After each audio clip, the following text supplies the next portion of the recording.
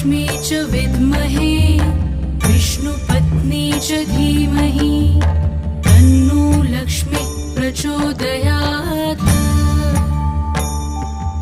ॐ महालक्ष्मी च विद्महे विष्णुपत्नी च धीमहि तन्नो लक्ष्मी प्रचोदयात्। ॐ महालक्ष्मी च विद्महे विष्णुपत्नी च धीमहि तन्नो लक्ष्मी प्रचोदयात्।